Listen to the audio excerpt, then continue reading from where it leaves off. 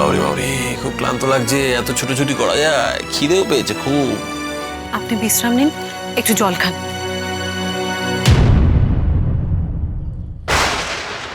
এই বলছি যে ওই মেয়েটার ফিরে আসেনি তো? আরে কি হলো? আপনার খুব খিদে পেয়েছে বললেন তো, দাঁড়ান আমি এক্ষুনি খাবারের ব্যবস্থা করি। হ্যাঁ?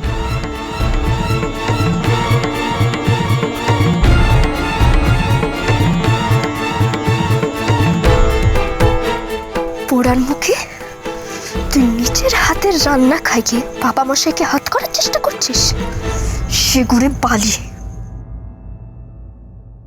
বাবা মশাই, হ্যাঁ? বাবা মশাই, কি হলো তোমার, আবার কি চাই এখন?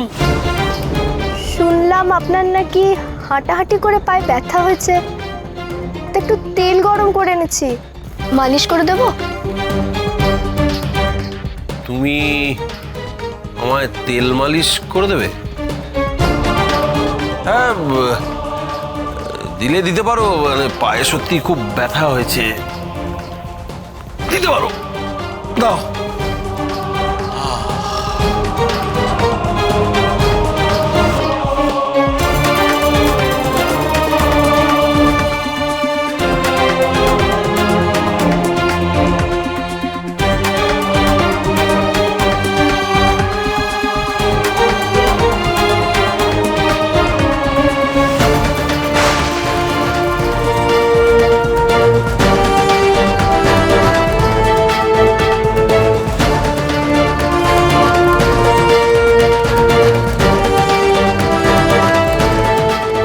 বাবা, এই বউ কর্তা বাবুর পায়ে তেল মালিশ করছে কেন?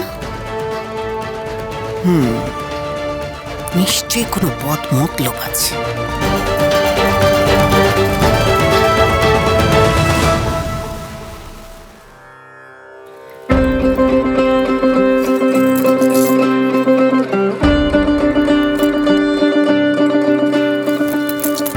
বড়দি, তুমি একা এত কিছু রান্না করলে কি করে? বাবা, তোমার রান্নার হাত তো খুব পাকা।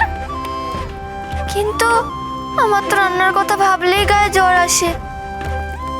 আমি তো কিছুই রান্না করতে পারি না। তোমার রান্না করার কি দরকার বোন? এখানে তো আমি আছি, আমি না হয় রান্না করব। মা অবশ্য বলতো শ্বশুর বাড়িতে গেলেই নাকি আমাকে রান্না করতে হবে, রান্না করা শেখ। বাবা অবশ্য আমাকে আগুন তাতে যেতেই দিত না, বলতো আমার সোনার অঙ্গ নাকি কালো হয়ে যাবে। তিনি তো ঠিকই বলতেন, এমন সোনার বর্ণ যার, তার আগুনের কাছে যাওয়ার কি দরকার?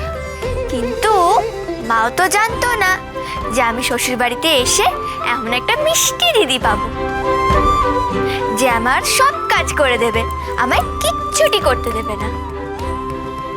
বাহ, ভারী সুন্দর গন্ধ ছেড়েছে। যার এমন গন্ধ, তার স্বাদ না জানি কিরকম। অবশ্য আমাদের প্রফুল্ল মা যে খুব ভালো রান্না করতে জানে, সে তো ওই রাধা মাধবের ভোগ খেয়েই বুঝেছিলুম। কিন্তু ঠাকুরের ভোগ রান্না করার, সংসারের 5 জনে এরকম রান্না করা, দুটো তো তফাৎ আছে। আমার মন বলছে এই যা গন্ধ বেরিয়েছে না, হড় একেবারে আঙুল চেটে পুটে খাবে। কি ব্যাপার, রান্না কত বৌমা? হয়ে এসেছে মা, এই চালতা চাটনিটা হলেই হয়ে যাবে। চালতার চাটনি? চালতাকে কিনে আনলো দাথা কোন নাকি? হ্যাঁ গো পিসি ঠাম্মা, চালতার চাটনি খেতে বেশ লাগে। দাদু ভাই, তোমার ভালো লাগে নাকি চালতার চাটনি আমার বড় নাথ বউয়ের ভালো লাগে? কই বাপু, আগে তো কোনোদিন শুনিনি তুমি এরকম চালতার চাটনি খেতে ভালোবাসো। ধ্যাৎ, কি যে বলো না পিসি ঠাম্মা, আমি কারোর কথা শুনে জিনিস আনতে যাবো কেন?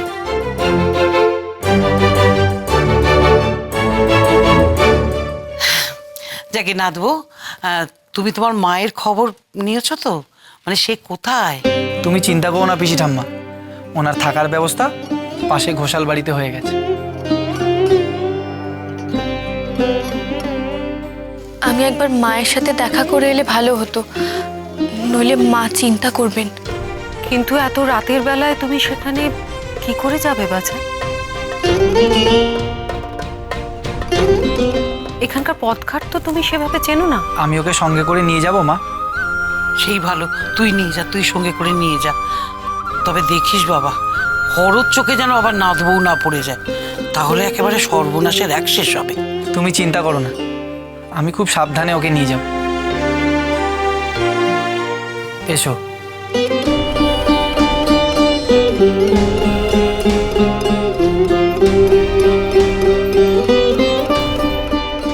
পিসিমা, আমার যে বড় ভয় করছে। উনি তো এসেই প্রফুল্লর খোঁজ করছিলেন।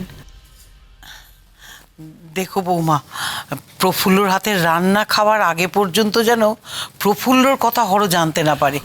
ও গিন্নিমা, গিন্নিমা, এবার একটা বিপদ ঘটবে। আমার মনে হচ্ছে কর্তামশাই এবার সব কিছু জেনে ফেলবে। ও মা, কি কথা? কি করে? আরে নয়ন বউ, আমি নিজের চোখে দেখলাম নয়ন বউ কর্তামশাইয়ের পায়ে তেল মালিশ করে দিচ্ছে। ও নিশ্চয়ই এই বড় বউয়ের সব কথা কর্তামশাইয়ের কানে তুলে দেবে বলে একটা ছুটন খুঁজছে। কি সর্বনাশ, কি হবে এখন তাহলে? চিন্তা করবেন না মা, আমি দেখছি। তুমি তুমি আবার কি করবে বৌমা? দেখো, হিতে বিপরীত যেন না হয়ে যায়। কিচ্ছু হবে না, দেখুন না আমি কি করি।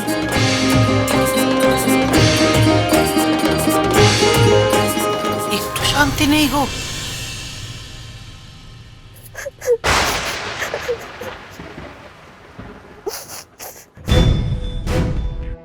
কি হলো? তুমি হঠাৎ মালিশ করতে করতে কাঁদছো কেন?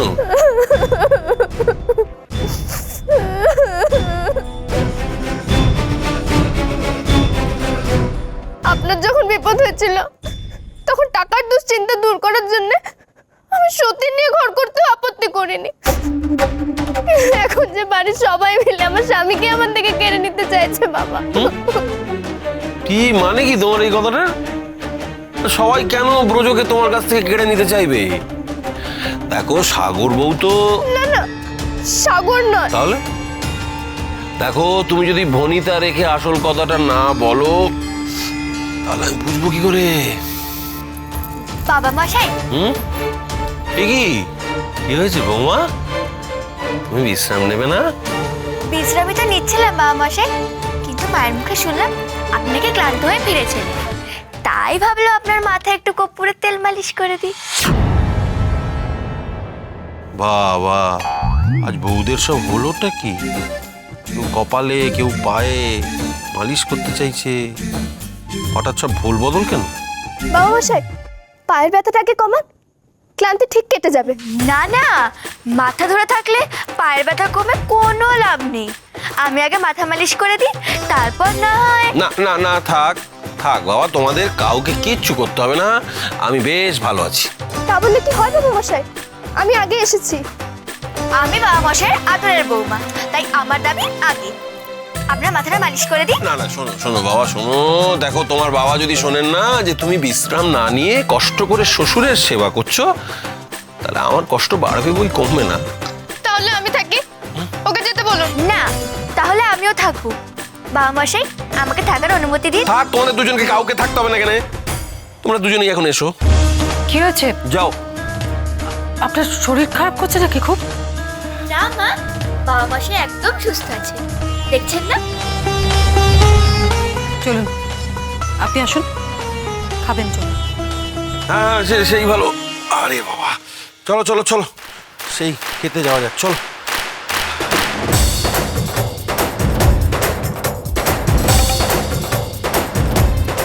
আমিও চাই। মাথা টেপার প্রয়োজন যখন আর হলোই না, তখন